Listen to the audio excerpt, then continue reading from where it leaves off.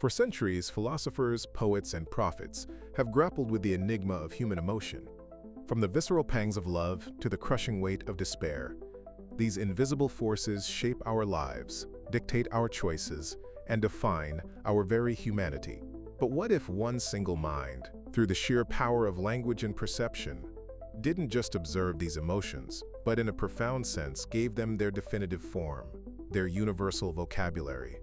What if one individual didn't invent love or anger or jealousy, but created the very structure through which Western culture would forever understand and articulate these complex inner worlds? This is the audacious inquiry we embark upon today, exploring whether William Shakespeare, the Bard of Avon, quite literally invented human emotion as we know it. To be clear, William Shakespeare did not, of course, invent the biological or psychological experience of emotion. People felt love, hate, joy, and sorrow long before he penned a single line. These are intrinsic to the human condition, ancient as consciousness itself. However, his singular genius lay in how he conceptualized, categorized, and amplified these feelings, transforming them from simple reactions into complex, nuanced inner landscapes. He gave voice to the ineffable, providing a lexicon and a framework that allowed us to better understand not just the characters on his stage, but ourselves and the people around us. His work became a mirror, reflecting our deepest sentiments with unparalleled clarity and depth. Before William Shakespeare, emotions were often portrayed in a more didactic or allegorical manner. Medieval morality plays, for example, presented characters embodying virtues or vices, every man grappling with good deeds and knowledge. While these plays touched upon human nature, they rarely delved into the messy, contradictory, and deeply personal intricacies of an individual's emotional life. The dramatic tools for exploring subjective experience were rudimentary, often serving religious or moral instruction rather than psychological exploration. The audience understood the concept of sin or virtue, but rarely witnessed the agonizing internal struggle as William Shakespeare would later portray it. Think of classical Greek tragedy. While powerful, its focus was often on fate, divine intervention, and the external actions of heroes and gods, rather than the interior turmoil of the individual. Oedipus's despair, Medea's rage, these were grand, sweeping passions tied to monumental events, often serving as cautionary tales about hubris or destiny. The inner monologue, the shifting affections, the subtle contradictions that define our daily emotional lives were less central. William Shakespeare, however, brought the spotlight firmly onto the individual's psychological landscape, making the intricate dance of feelings the primary subject of his dramatic art. His contemporary, Christopher Marlowe, a brilliant playwright in his own right, explored grand ambition and passionate desire with magnificent language. Characters like Dr. Faustus or Tamburlaine are driven by singular, overwhelming passions. Yet, even Marlowe's genius often painted in bold strokes, focusing on the will and desire as primary motivators. William Shakespeare moved beyond this, showing how emotions interweave, conflict, and transform within a single character, creating a multifaceted portrait of the human soul. He understood that a person could be both loving and hateful, courageous and cowardly, rational and utterly irrational, often within the space of a single soliloquy. This shift wasn't accidental. It was a product of the Renaissance, a period of explosive intellectual and artistic rebirth. The focus of learning was transitioning from the theological to the humanistic.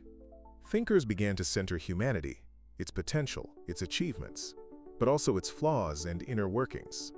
This intellectual atmosphere provided fertile ground for a playwright who could articulate the complex, often chaotic, internal world that humanism was beginning to explore.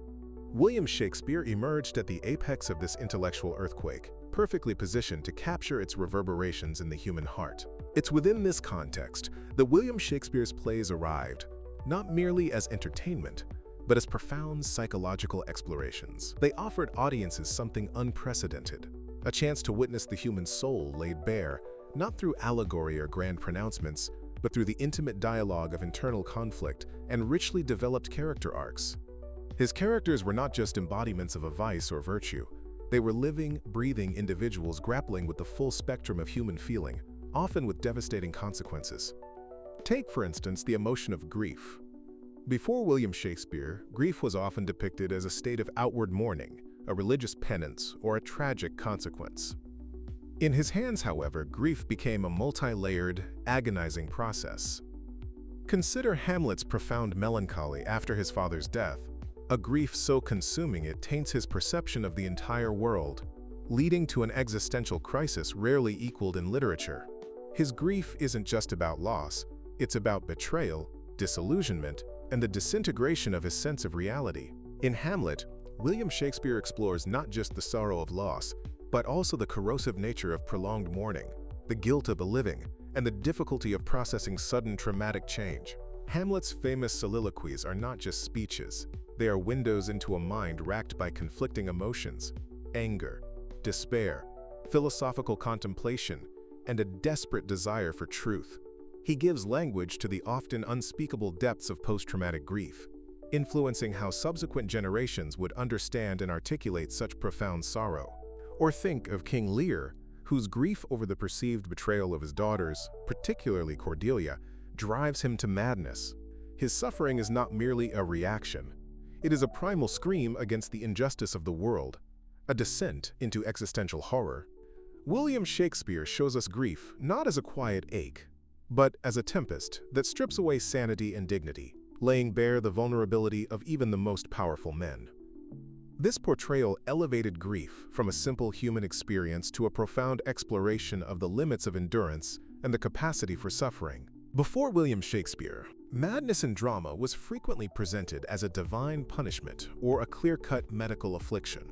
With King Lear, however, madness becomes an emotional state, a psychological breakdown induced by trauma, grief, and betrayal.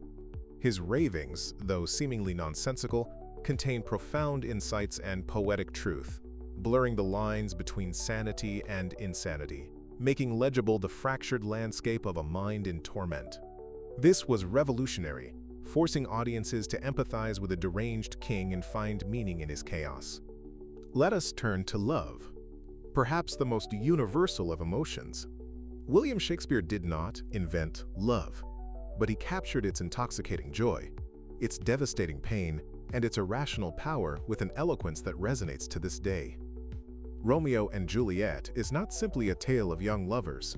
It's an exploration of passionate infatuation, familial hate, and the tragic consequences of unchecked emotion.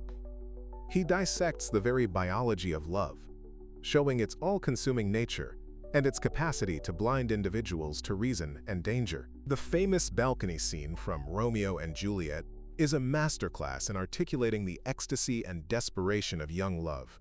Their words, filled with poetic imagery, transcend simple declarations of affection. They speak of love as a force, a dream, a source of light and life. William Shakespeare gave form to the inexpressible feeling of being deeply, utterly smitten, providing generations with the language to describe that specific, all-consuming passion. He elevated romantic love to a profound, almost spiritual experience, yet grounded it in very human desire. Beyond the innocent passion of Romeo and Juliet, William Shakespeare delved into the darker facets of love, the obsessive, destructive love of Othello for Desdemona, tragically twisted by jealousy. Before William Shakespeare, jealousy was often a simple plot device, a clear-cut motive. In Othello, it becomes a raging inferno, ignited by insidious suggestion, consuming a noble mind and leading to horrific, irreversible acts. He meticulously charts Othello's psychological descent, demonstrating how a powerful emotion can distort perception and corrupt the soul. The transformation of Othello from a valiant general to a murderer, driven by pathological jealousy, is one of William Shakespeare's most terrifying psychological portraits. He shows how a seemingly minor seed of doubt, planted by Iago, can blossom into an all-consuming monster, proving how fragile our emotional stability truly is. This wasn't merely a depiction of Othello's jealousy, but an exploration of the terrifying power of suggestion and the human capacity for self-destruction when our emotional core is compromised. And then there is the complex, often perverse, love of Cleopatra for Mark Antony. Their love is not innocent or pure. It is a grand, consuming passion intertwined with political ambition, national destiny, and powerful sensuality. William Shakespeare portrays their relationship as both magnificent and ruinous, showing how love, when mixed with pride and power, can lead to empires crumbling and lives shattered. He dared to show love in all its glorious, messy, and devastating permutations. Ambition, another potent human driver, takes on chilling new dimensions in William Shakespeare's works. With Macbeth, he doesn't just show a man being ambitious. He meticulously charts the psychological corruption and moral decay that ambition can unleash when unchecked. Lady Macbeth's famous urging to "unsex me" here embodies a terrifying rejection of conventional emotional restraint, highlighting how ambition can warp an individual's very essence, making them capable of unthinkable brutality. The guilt that follows Macbeth's actions is equally profound and psychologically realistic. The hallucination of Banquo's ghost, Lady Macbeth's sleepwalking, and her desperate attempts to wash imaginary blood from her hands are not merely supernatural occurrences. They are external manifestations of an oppressive, unbearable internal torment. William Shakespeare transformed guilt from a simple consequence into a persistent, haunting force that irrevocably shatters the individual's peace of mind, demonstrating how emotional wounds can be deeper and more lasting than physical ones. Before William Shakespeare, the concept of a villain was often one-dimensional, driven by straightforward malice or a clear-cut desire for power. The genius of a character like Iago in Othello is that his evil seems motiveless, or at least powered by such petty resentments that it reveals a terrifying void. His chilling joy in manipulation, his ability to skillfully exploit the emotions of others, presents a new kind of villainy, one rooted in psychological cunning and a profound understanding of human weakness rather than grand ambition alone. Iago's ability to weaponize Othello's love and trust, twisting it into destructive jealousy, showed audiences how subtle machinations could dismantle the most robust emotional bonds. He laid bare the psychological vulnerability within every individual, demonstrating how even the purest of emotions could be corrupted. This portrayal of nuanced, malevolent psychology moved beyond simple good and evil, challenging audiences to grapple with complex moral ambiguities and the insidious nature of emotional manipulation. William Shakespeare's exploration of interiority wasn't limited to tragedy. His comedies, while offering laughter and levity, also delved into the intricacies of human emotion, particularly the joyous, confusing, and often irrational nature of romantic desire. A Midsummer Night's Dream, for example, playfully explores the fickle nature of love, showing how quickly affections can shift under the influence of magic, proving that love often operates on whim and enchantment rather than pure logic. In As You Like It, the character of Rosalind, disguised as Ganymede, offers a witty and insightful commentary on the emotional gymnastics of love. She both mocks and embraces its conventions, demonstrating William Shakespeare's keen understanding of how we perform our emotions, and how love often involves plays of identity and playful deception. The comedy allows for a lighter touch, but the psychological insight into the theatrics of affection remains profound. The linguistic tools William Shakespeare employed were as revolutionary as his psychological insights. He didn't just tell us what characters felt, he gave them the words to articulate the inarticulable.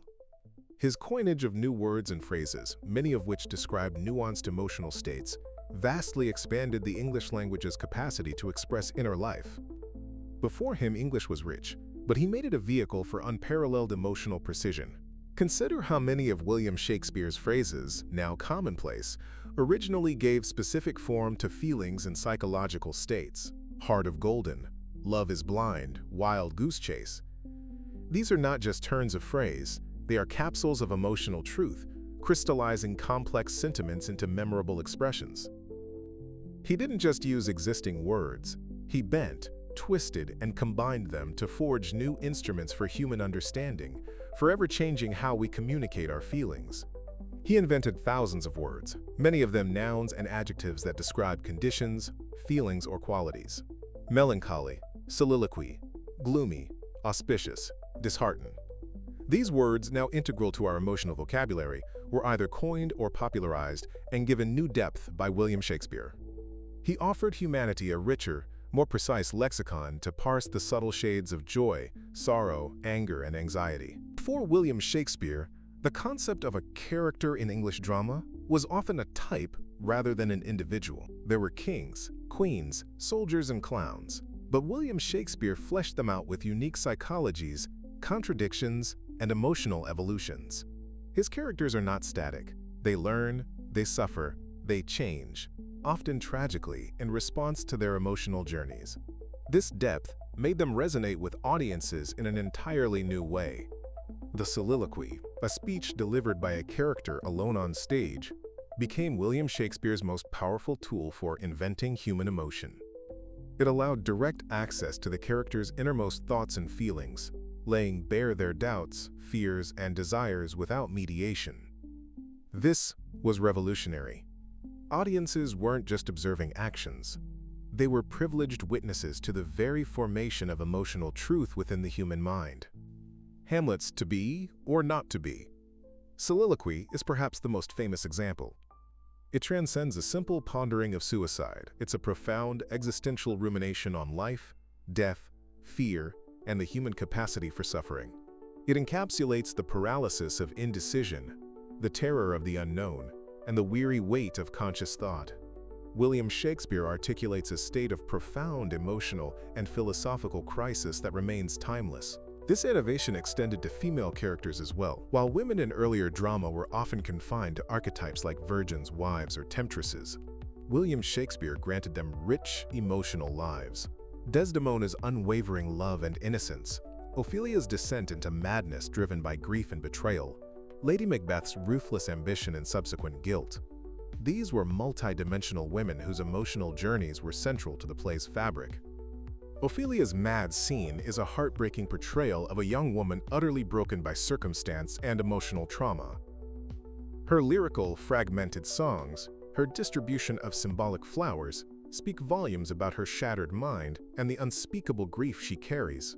William Shakespeare gave voice to a different kind of feminine suffering, not just passive sadness, but an active, if irrational, expression of profound emotional devastation. The Renaissance also saw a burgeoning interest in the microcosm, the idea that humanity reflects the universe. William Shakespeare, with his ability to craft entire worlds within the human heart, arguably gave this concept its most vivid artistic expression.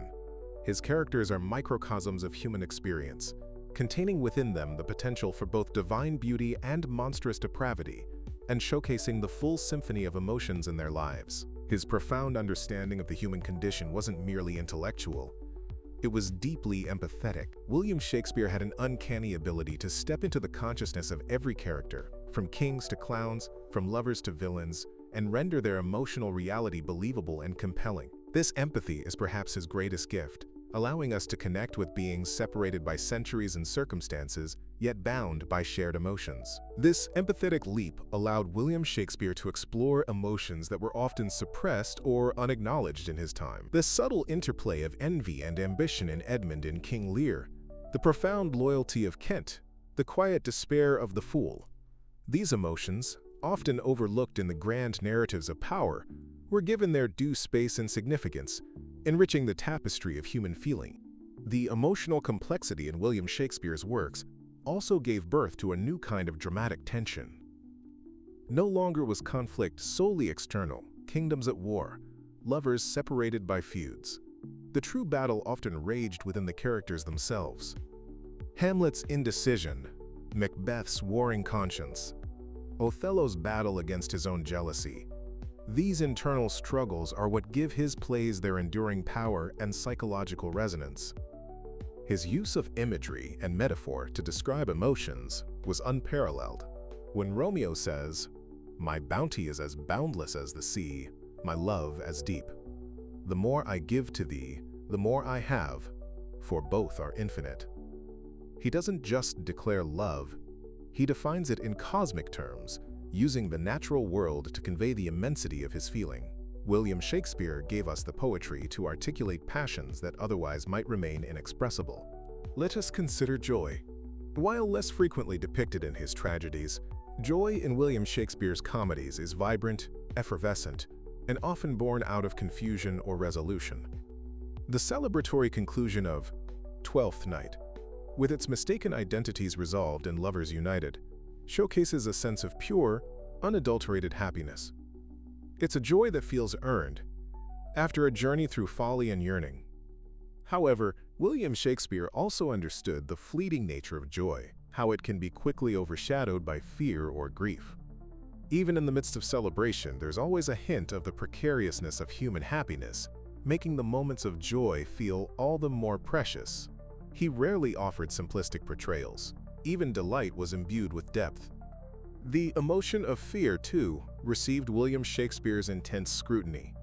Not merely the fear of physical harm, but the dread of the unknown, the terror of moral consequence, or the existential fear of meaninglessness. The conspirators in Julius Caesar grapple with the fear of failure, the fear of retribution, and the deeper fear of the vast historical consequence of their actions. The tremble in the voice of a character facing imminent death or moral ruin. The sudden coldness that descends upon them. The desperate attempts to avoid a terrible fate. William Shakespeare cataloged these physical and psychological manifestations of fear with chilling accuracy, making it a palpable presence in his plays rather than just a narrative threat. Consider the emotion of envy, often a silent corrosive force. In Othello, Iago's destructive actions are partly fueled by his envy of Cassio's promotion and Othello's position. William Shakespeare dissects how this bitter emotion can fester beneath a veneer of charm, leading to calculated malice and the desire to destroy another's happiness, not for gain, but for spite. He illuminated the dark corners of the human heart where such emotions dwell. The concept of honor, and the emotional weight attached to it, forms a pivotal axis in many of William Shakespeare's histories and tragedies. Characters like Hotspur in Henry IV Part 1 are consumed by and defined by their pursuit of honor, often to their own peril. This isn't just about social standing, but an internal code, an emotional imperative that drives actions and dictates identity, even at the cost of life itself. Conversely, the practical, often cynical view of honor held by Falstaff in Henry IV Part 1 provides a contrasting perspective, revealing the emotional complexities of the concept. Falstaff famously dismisses honor as a mere scutcheon, an empty symbol. This allows William Shakespeare to explore the emotional spectrum of values, from fervent idealism to pragmatic skepticism, showing how individuals connect with concepts in deeply personal ways.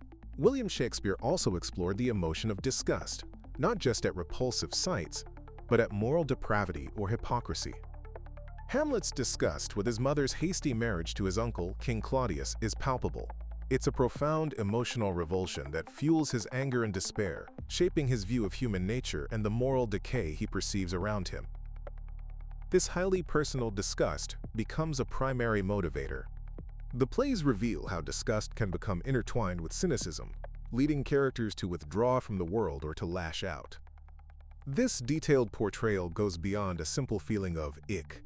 It delves into the psychological impact of moral transgression on a sensitive soul, showing how emotional distress can lead to a fundamental reevaluation of human worth. The emotion of anticipation, both hopeful and dread-filled, is another area William Shakespeare masterfully illuminates. The anxious wait for a battle, the joyful expectation of a reunion, the terrifying premonition of a tragic event. These moments are charged with emotional weight. The sense of foreboding before the Ides of March in Julius Caesar is a powerful example of collective anticipation of disaster. William Shakespeare's skill at building suspense through emotional anticipation kept audiences on the edge of their seats. The characters' own dread or hope became a mirror for the audiences, forging a powerful empathetic connection. This wasn't merely a plot device, it was an exploration of how humans psychologically brace themselves for what's to come, be it good or ill. The emotion of pity and its complex shades is also carefully handled. While some characters inspire pity through their suffering, William Shakespeare also explores the more uncomfortable aspects of pity, the pity that can lead to condescension, or the pity that can intertwine with powerlessness. The audience is often made to feel pity for characters who have brought about their own downfall, complicating simple moral judgment. The plays often force us to confront our own feelings of pity, prompting questions about fairness, justice, and the limits of human endurance. We pity King Lear even as we acknowledge his blindness and folly. We pity Othello even as we condemn his horrific act. This nuanced portrayal of pity moves beyond simplistic sympathy, challenging us to engage with human complexity. William Shakespeare's characters are often driven by pride, an emotion that can elevate or destroy. The magnificent pride of Coriolanus, for instance, which makes him a great warrior but an impossible politician, ultimately leading to his downfall. It's a pride so fierce it overrides self-preservation and social grace, revealing how deeply an emotion can be woven into a man's identity. This exploration of pride isn't a simple moral lesson. It's a deep dive into the psychology of a man whose self-worth is inextricably linked to his performance and reputation.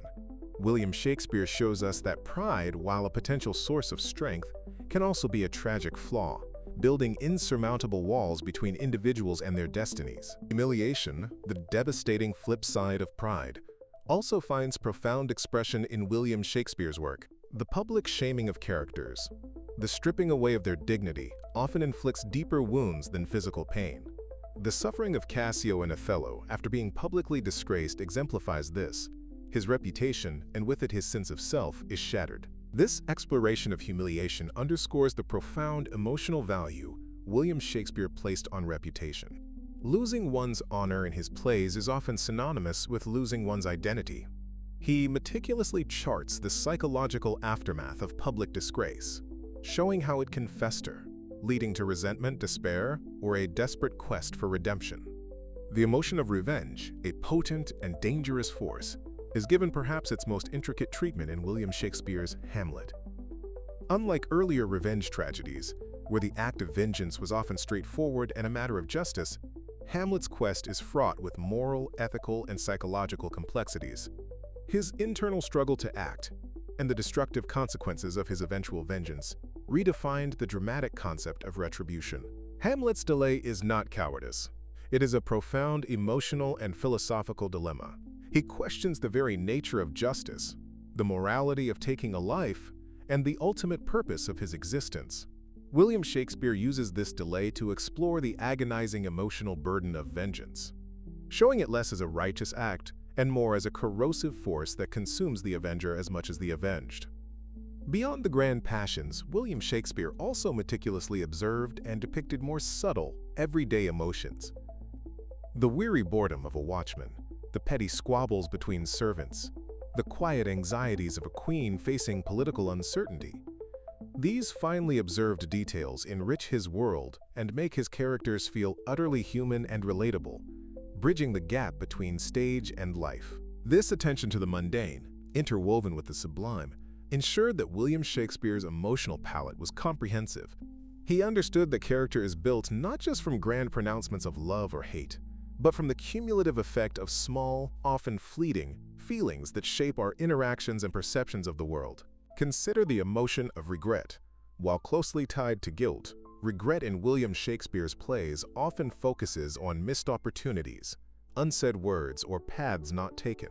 King Lear's slow, agonizing realization of his errors concerning Cordelia is a powerful example of regret, transforming into profound self-condemnation and driving him towards madness. This portrayal of regret as a lingering torment, a haunting memory of past mistakes, provides a psychological blueprint for understanding how we process our own history and choices. William Shakespeare showed that emotional wounds can be self-inflicted, born from our own actions and the subsequent burden of what could have been. The emotion of hope, even in the darkest of tragedies, makes fleeting appearances in William Shakespeare's narratives. It is often a fragile, easily extinguished flame, but its presence highlights the human tendency to cling to the possibility of a better outcome, even against overwhelming odds. The hope of a messenger arriving, the hope of a loved one's survival. These brief moments underscore human resilience. Even when hope is ultimately dashed, William Shakespeare uses its presence to heighten the tragic outcome, making the fall all the more painful. The audience witnesses the characters' desperate grasp for a positive resolution, only to have it cruelly denied, amplifying the emotional impact of the loss. This nuanced interplay of hope and despair creates a richer emotional landscape. Let's consider the emotion of madness and delirium beyond King Lear. Ophelia's descent into madness is presented tenderly, as a result of external pressures crushing a fragile soul. But William Shakespeare also portrays the cunning madness of Hamlet, who feigns insanity to mask his true intentions, demonstrating how closely emotions can be intertwined with deception and strategy. This dual portrayal of madness as both an emotional breaking point and a calculated performance added immense layers to William Shakespeare's psychological realism. He implicitly questioned the very definitions of sanity and madness, exploring how emotions can push us beyond the bounds of reason, or, conversely, how they can be weaponized as a tool of survival or manipulation. The emotion of loyalty, often a quiet virtue, is powerfully rendered in William Shakespeare's works. The unwavering faithfulness of Kent to King Lear, despite his banishment and the king's madness, is a testament to the enduring power of this bond. It is an emotional commitment that transcends status and personal safety, highlighting the profound human need for connection and allegiance. This portrayal of loyalty elevates it from a mere duty to a deep emotional bond, freely given and profoundly felt. It contrasts sharply with the betrayal of others, underscoring William Shakespeare's sophisticated understanding of the spectrum of human relationships and the emotional forces that bind or break them. William Shakespeare also depicted the emotion of fear intertwined with superstition. The Elizabethan era was rife with beliefs in witches, ghosts, and omens. Macbeth's encounter with the three witches and his subsequent descent are steeped in this specific type of fear, a terror of the supernatural and the unholy, which further corrupts his already ambitious soul. This specific brand of fear, one that draws power from the unseen and the unknown, amplifies the psychological horror of Macbeth's journey. It's a primal fear that taps into the deepest anxieties of humanity, showing how easily reason can be overcome by belief and suggestion, especially when combined with powerful ambition. The emotion of boredom, though seemingly minor, finds nuanced expression in William Shakespeare's plays, particularly in the lower-ranking characters or those trapped in undesirable situations.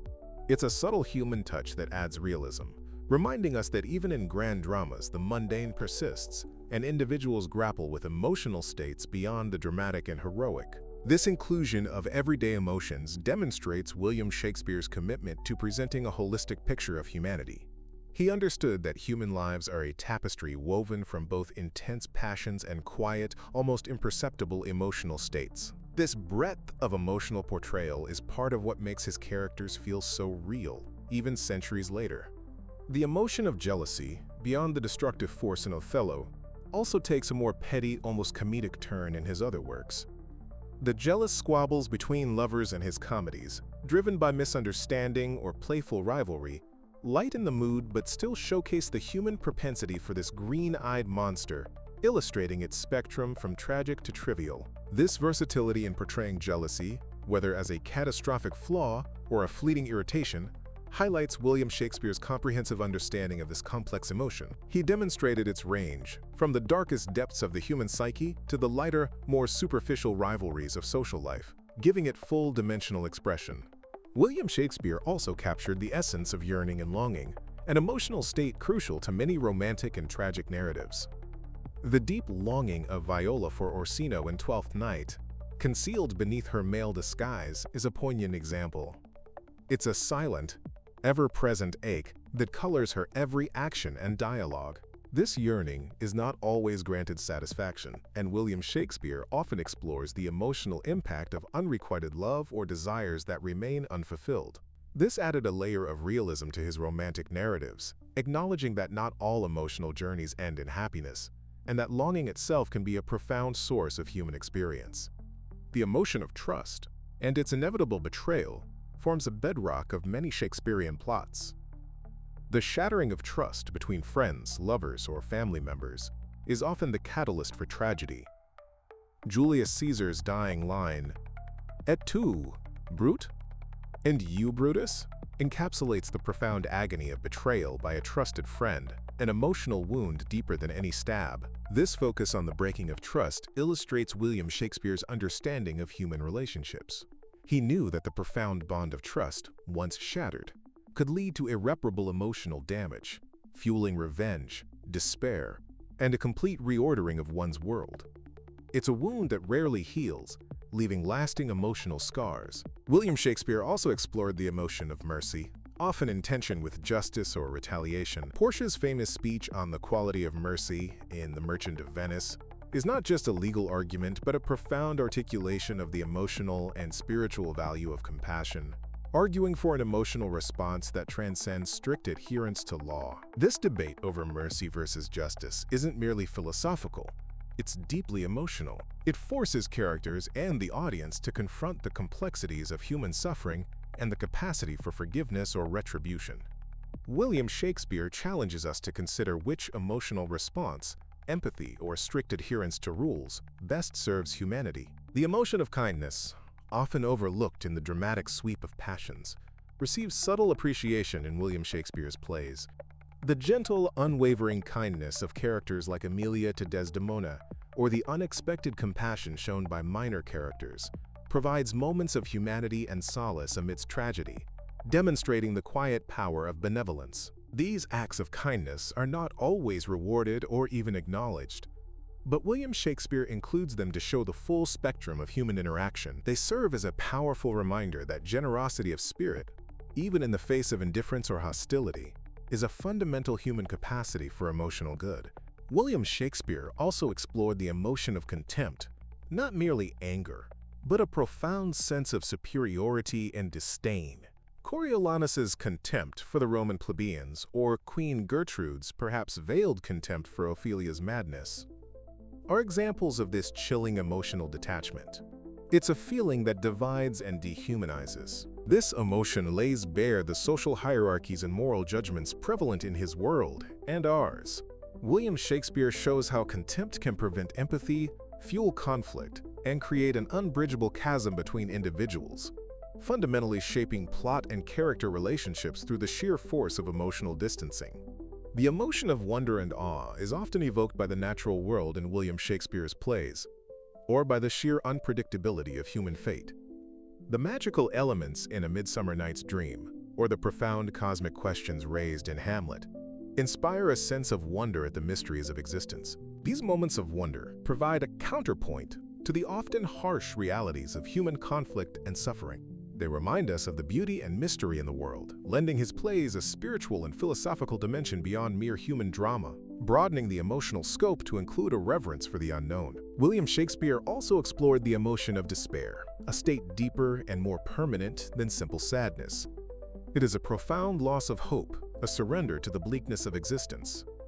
King Lear's complete breakdown on the heath, when he cries out against the heavens, is a testament to the crushing weight of utter despair. This portrayal of despair is not merely to evoke sadness in the audience, but to delve into the very nature of human resilience and its breaking point. William Shakespeare showed that even the noblest of spirits can be brought to a state of complete breakdown, forcing us to acknowledge the fragility of the human psyche when confronted with overwhelming tragedy. The emotion of cunning, often tied to manipulation, finds its most articulate expression in characters like Iago. His meticulous, cold-blooded planning and psychological warfare against Othello are driven by a ruthless cunning, allowing him to orchestrate complex emotional devastation, using little more than words and suggestion. This exploration of cunning reveals the darker side of human intelligence, how a keen understanding of emotional vulnerabilities can be exploited for malicious ends. William Shakespeare presented a world where intellectual shrewdness, divorced from morality, could be wielded as a devastating emotional weapon. Moreover, William Shakespeare portrayed the emotion of vanity, perhaps most famously in figures like Sir Andrew Aguecheek in Twelfth Night. His comical but profound self-delusion, his earnest but misplaced belief in his own talents, illustrates how vanity can both amuse and blind, leading to a host of emotional mishaps and misjudgments. This rendering of vanity, whether grand and destructive as in Coriolanus, or endearing and foolish as in Sir Andrew, highlights William Shakespeare's understanding that this emotion exists on a spectrum.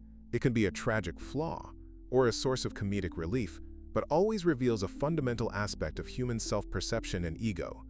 The emotion of scorn, a dismissive contempt often tinged with anger, also appears.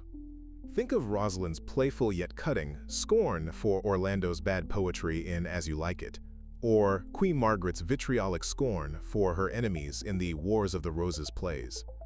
It's a powerful emotional weapon, used to diminish and demean opponents. This articulation of scorn, whether lighthearted or profoundly bitter, shows William Shakespeare's precision in differentiating between various forms of negative emotion. He understood that simple anger was distinct from the deeper, more cutting edge of scorn, which aims to belittle and invalidate, adding another layer to his emotional tapestry. William Shakespeare's genius extended not just to portraying emotions, but to giving us the tools to dissect them. His plays are not just stories. They are laboratories for psychological inquiry.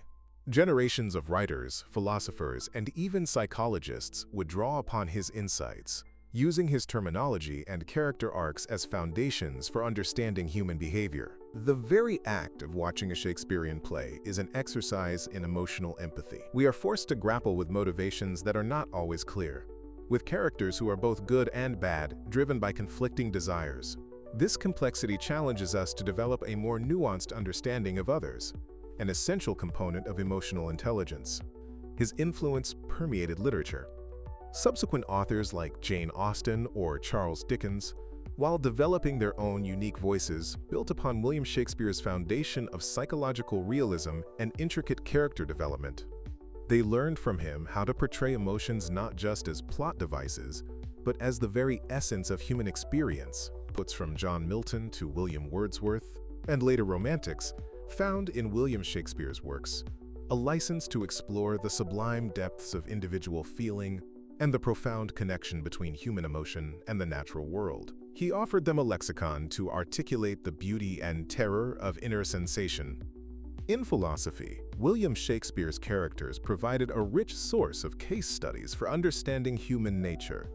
Thinkers grappled with Hamlet's existential angst, Iago's evil, or Macbeth's moral decay, using these literary figures to explore abstract concepts of free will, morality, and the human psyche in concrete terms. Even in the modern field of psychology, William Shakespeare is still cited.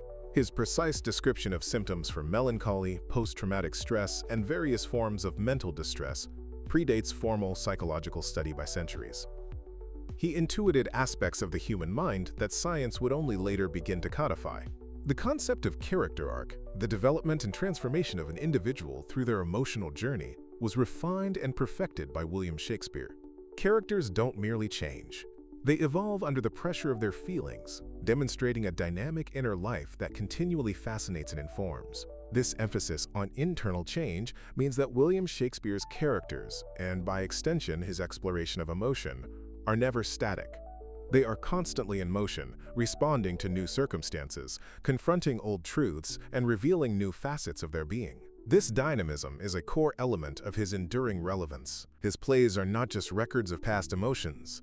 They are living blueprints for how emotions function and manifest. Each performance, each reading, brings his characters' feelings to life anew, allowing us to continually reinterpret and re-experience the emotional landscapes he so masterfully mapped. The very language we use to discuss emotion is steeped in Shakespearean precedent. When we speak of heartache, distilled almost to jelly with the act of fear, or the mind diseased, we are often unconsciously or consciously echoing the emotional vocabulary he pioneered, giving concrete form to abstract feeling. He taught us that emotions are often contradictory. A character can love and hate simultaneously, feel joy amidst sorrow, or courage alongside profound fear. This embrace of emotional paradox reflected the messy reality of human experience, moving beyond simplistic dualities found in earlier dramatic traditions. This ability to hold conflicting emotions in tension within a single character was a profound step in dramatic realism. It allowed for layers of interpretation and a depth of psychological understanding previously unseen, enabling audiences to recognize their own ambivalent feelings reflected on stage. William Shakespeare implicitly understood that emotions are rarely pure. They are often alloyed with other feelings, creating complex psychological states like melancholic joy or fearful ambition. This granular understanding of emotional chemistry is one of his most subtle yet significant contributions. His impact on empathy extends beyond individual characters. By presenting such a wide range of human experiences and emotional responses, William Shakespeare implicitly called upon his audience to expand their own capacity for understanding others, even those vastly different from themselves. In essence, William Shakespeare didn't invent the raw material of human emotion, but he provided the definitive blueprint for its architecture. He built the complex structures, laid the intricate pathways, and carved out the profound spaces within which Western culture would come to understand, express, and analyze the human heart.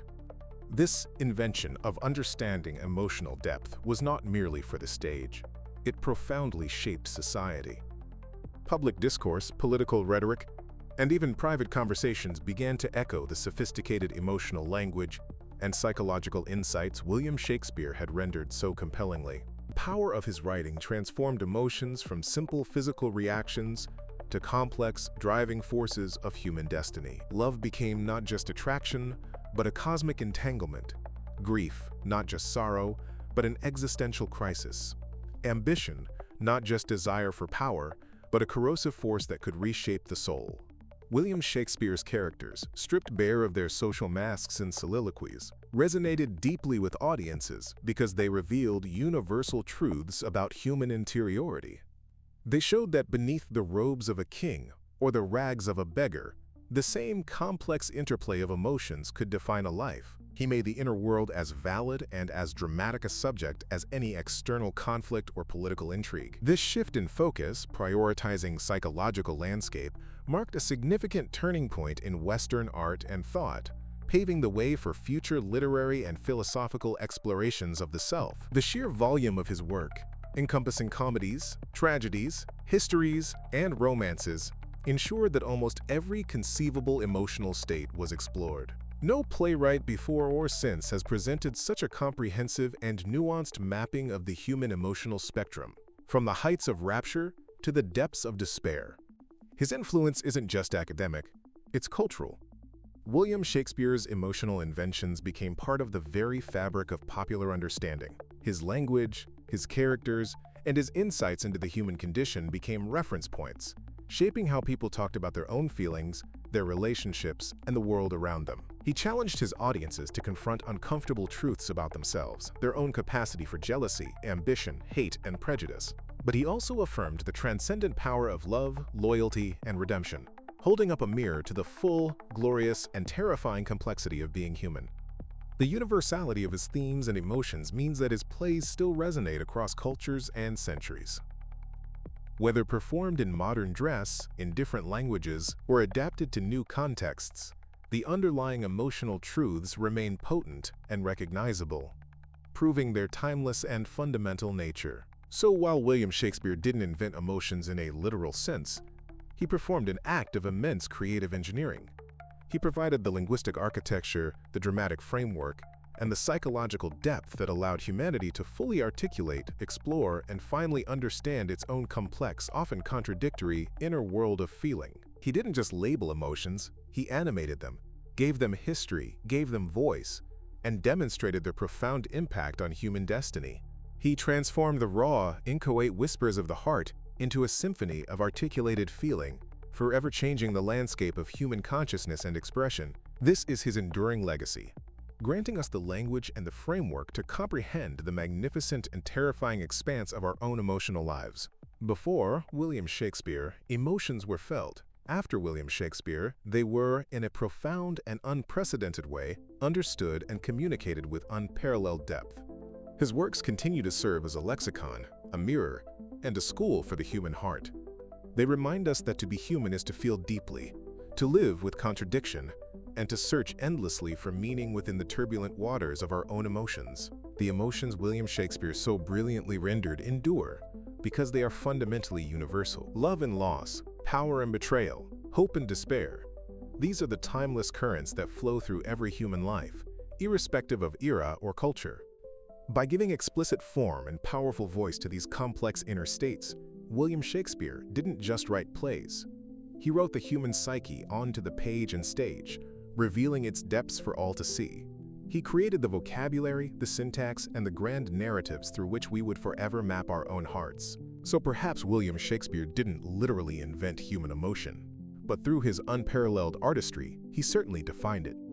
He shaped our understanding, gave voice to our deepest feelings, and in doing so, he profoundly shaped what it means for each of us to feel, to comprehend, and to truly experience the human condition.